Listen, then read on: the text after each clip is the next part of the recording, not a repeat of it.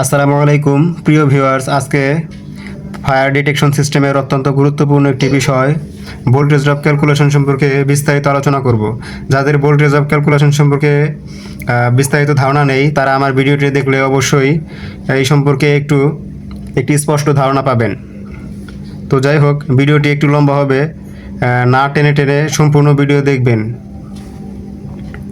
একটি step miss করলে পরবর্তী স্টেপ বুঝতে সমস্যা হবে। ফায়ার সেফটি সেকশনে ক্যারিয়ার করতে হলে অথবা যারা আমরা ফায়ার সেফটি সেকশনে জব করি এদের জন্য ভোল্টেজ ড্রপ ক্যালকুলেশন অবশ্যই জানতে হবে। ওকে, এখন মূল কথা শুরু করা যাক। আপনারা দেখতেছেন এখানে ন্যাক 1, 2, 3, 4, 5, 6 এখানে আলাদা আলাদা ন্যাকগুলোর জন্য ভোল্টেজ ড্রপ ক্যালকুলেশন করা হয়েছে। আমরা জানি ফায়ার অ্যালার্ম কন্ট্রোল প্যানেলের সাপ্লাই ভোল্টেজ 24 ভোল্ট হয়ে থাকে। এখানে আপনারা দেখতেছেন সাপ্লাই ভোল্টেজ 24 ভোল্ট দেওয়া আছে। 24 ভোল্ট থেকে আমরা আবার 20.40 ভোল্ট পেয়েছি। এটা কিভাবে? এটা হলো সেফটি ফ্যাক্টর 15% আমরা বাদ দিয়েছি, কারণ এনএপিএতে বলা আছে অবশ্যই মিনিমাম 15% সেফটি ফ্যাক্টর হিসেবে বাদ দিতে হবে। অর্থাৎ 15% বাদ দিয়ে 24 থেকে 15% বাদ দিলে 20.40 ভোল্ট থাকে। এই 20.40 ভোল্ট নিয়েই আমাদের হিসাব করতে হবে। আচ্ছা, এরপরে আমরা ন্যাক 1-এ টোটাল সাউন্ডার ব্যবহার করেছি 11 হর্ন উইথ স্ট্রপ। প্রত্যেকটি সাউন্ডারের জন্য অ্যালার্ম কারেন্ট হলো 95 মিলি অ্যাম্পিয়ার। এখানে আমরা 95 × 11 দিয়ে গুণন করে এখানে টোটাল অ্যালার্ম কারেন্ট পেয়েছি 1.05। আমরা জানি ভোল্টেজ ক্যালকুলেশনের জন্য অবশ্যই টোটাল কারেন্ট এবং টোটাল রেজিস্ট্যান্স লাগবে। অতএব আমরা এখানে টোটাল কারেন্ট পেয়ে গেছি। এখন আমাদের দরকার হলো টোটাল রেজিস্ট্যান্স। টোটাল রেজিস্ট্যান্স কোথায় পাবো? টোটাল রেজিস্ট্যান্স পেতে হলে আমরা যে ব্র্যান্ডের কেবলই ব্যবহার করি কিনা প্রত্যেকটি ব্র্যান্ডের জন্য একটি ম্যানুফ্যাকচারার গাইডলাইন কোম্পানি দিয়ে থাকে। সেইখানে তাদের ওহম দেয়া থাকে। যেমন আমি এখানে তিয়ানজি কেবল দিয়ে হিসাব করতেছি। এখানে ম্যানুফ্যাকচারার গাইডলাইন অনুযায়ী ওনাদের ম্যানুফ্যাকচারার গাইডলাইনে বলে দিয়েছে যে 1 কিলোমিটার কেবলের জন্য 7.5 ওহম রেজিস্ট্যান্স থাকে। আমরা এখান থেকে 1000 ফিট কেবলের জন্য 2.29 ওহম রেজিস্ট্যান্স আমরা হিসাব করেছি। এই 2.29 ওহম কীভাবে এসেছে এটা আমরা ভিডিও শেষে অবশ্যই আপনাদেরকে পরিষ্কার করে দেব।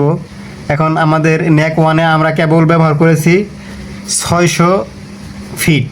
এখন এই 600 ফিট কেবলের জন্য আমাদের রেজিস্ট্যান্স এসেছে 1.37। অতএব আমরা টোটাল রেজিস্ট্যান্স আমাদের 600 ফিট কেবলের জন্য আমাদের ন্যাক 1-এ টোটাল 600 ফিট কেবল ব্যবহার করেছি। এই 600 ফিট কেবলের জন্য আমাদের রেজিস্ট্যান্স এসেছে 1.37 ওহম। অতএব আমাদের ভোল্টেজের জন্য যে দুটি ক্রাইটেরিয়া দরকার, একটি হলো টোটাল কারেন্ট আর একটি হলো টোটাল রেজিস্ট্যান্স, আমরা দুটোই পেয়ে গেছি। এটা গুণন করে আমাদের টোটাল ভোল্টেজ কনজাম্পশন ভোল্টেজ আমরা পেয়েছি 1.4385 ভোল্ট। আমি আবারও বলি, আমাদের টোটাল কারেন্ট এবং টোটাল রেজিস্ট্যান্স এই দুইটি গুণন করে আমাদের টোটাল কনজাম্পশন ভোল্টেজ পেয়েছি 1.4385। আমাদের টোটাল এই যে সেফটি ফ্যাক্টর বাদ দিয়ে 20.40 ভোল্ট থেকে 1.4385 বাদ দিলে আমাদের থাকে লাস্ট ডিভাইস ভোল্টেজ 18.96 ভোল্ট। অতএব আমাদের কনজাম্পশন ভোল্টেজ বাদ দিলে যে ভোল্টেজ থাকে সেটাই আমরা লাস্ট সাউন্ডারে সেই ভোল্টেজ আমরা পাবো।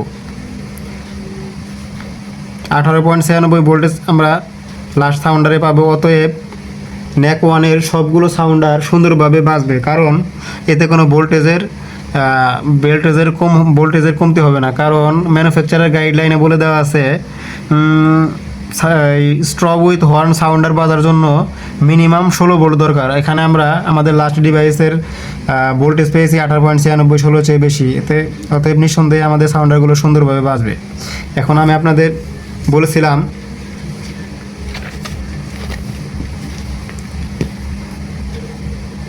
যে আমি এখন টোটাল অ্যালার্ম কারেন্ট কীভাবে পেয়েছি, তারপর 1.37 কীভাবে পেয়েছি, এগুলো আমি আপনাদেরকে ক্যালকুলেশন করে দেখাবো।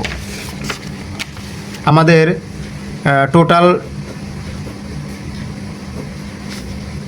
সাউন্ডার আছে 11 পিচ, আর প্রত্যেকটি সাউন্ডারের অ্যালার্ম কারেন্ট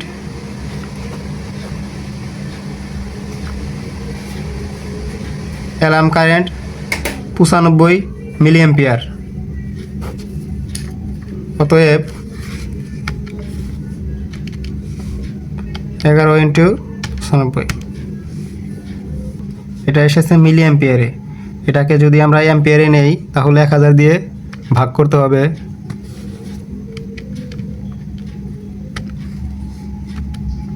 অতএব আমাদের টোটাল কারেন্ট পেয়েছি 1.05 অ্যাম্পিয়ার। আমাদের ভোল্টেজ ড্রপ ক্যালকুলেশনেও 1.05 অ্যাম্পিয়ার দেওয়া আছে। এই যে দেখেন 1.05।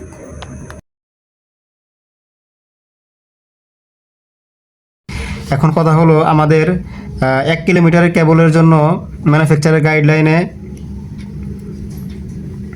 দেওয়া আছে হলো গিয়া 7.5 ওহম। অতএব এখান থেকে আমরা 2.5 ওহম কীভাবে পেয়েছি দেখেন। 1 কিলোমিটার সমান 3280 ফিট। অতএব 3280 ফিট কেবলের রেজিস্ট্যান্স 7.5 ওহম ম্যানুফ্যাকচারার গাইডলাইন অনুযায়ী। অতএব 1 ফিট কেবলের রেজিস্ট্যান্স 7.5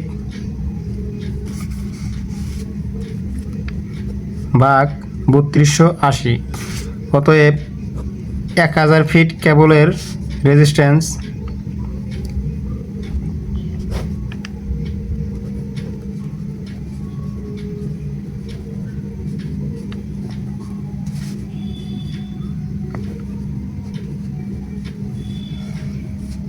অতএব 1000 ফিট কেবলের রেজিস্ট্যান্স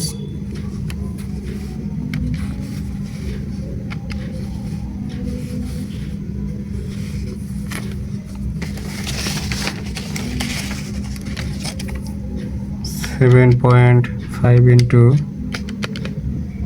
1000 ভাগ হলো 3280।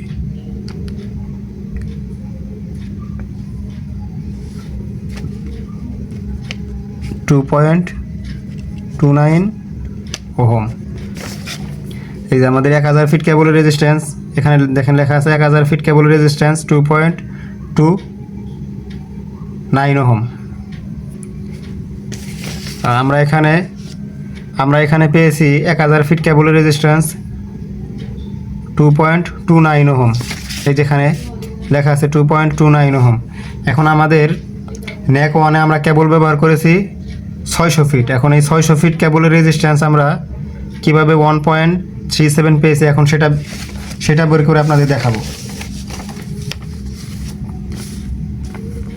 এগুলা ঐকিক নিয়ম, আপনাদের বুঝতে অসুবিধা হবে না। অতএব এখানে দেখেন 1000 ফিট কেবলের রেজিস্ট্যান্স 2.29 ওহম। অতএব 1 ফিট কেবলের রেজিস্ট্যান্স 2.29 ভাগ 1000। অতএব আমরা কেবল ব্যবহার করেছি 600 ফিট। 600 ফিট কেবলের রেজিস্ট্যান্স 2 × 29 ভাগ 1000 × 600। আমরা এখন ক্যালকুলেশন করলেই পেয়ে যাব 2 × 29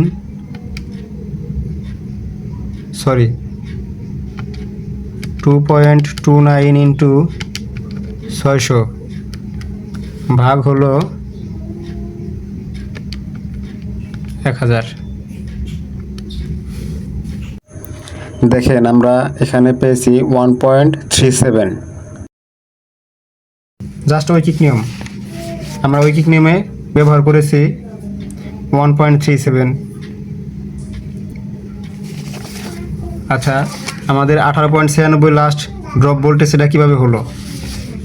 আমাদের 600 ওহমের জন্য রেজিস্ট্যান্স এত ওহম এবং আমরা টোটাল কারেন্ট পেয়েছিলাম, এই যে দেখেন, টোটাল কারেন্ট পেয়েছিলাম 1.05 অ্যাম্পিয়ার। অতএব 1.05 অ্যাম্পিয়ার দুইটা ক্যালকুলেশন করলে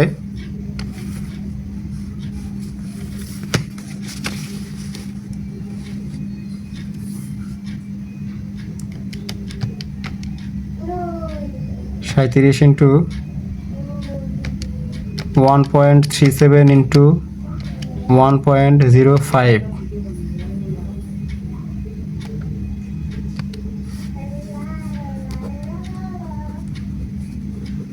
এটা আমরা পেলাম কনজাম্পশন ভোল্টেজ। অতএব আমাদের 11টি সাউন্ডার বাজার জন্য এত ভোল্টেজ লাগে। এখন আমাদের লাস্ট সাউন্ডারে কত ভোল্টেজ পাবো? এখন লাস্ট সাউন্ডারে আমরা পাবো প্রায় 20.40 মাইনাস 1.4385, এটা বাদ দিলে আমাদের লাস্ট সাউন্ডারের ড্রপ ভোল্টেজ পেয়ে যাব 18.96। এই দেখেন, আমরা বহু সেম এটা পেয়েছি। এভাবেই আমরা আমাদের ভোল্টেজ ড্রপ ক্যালকুলেশন করে থাকি। আর এটা হলো পার্সেন্ট, আমাদের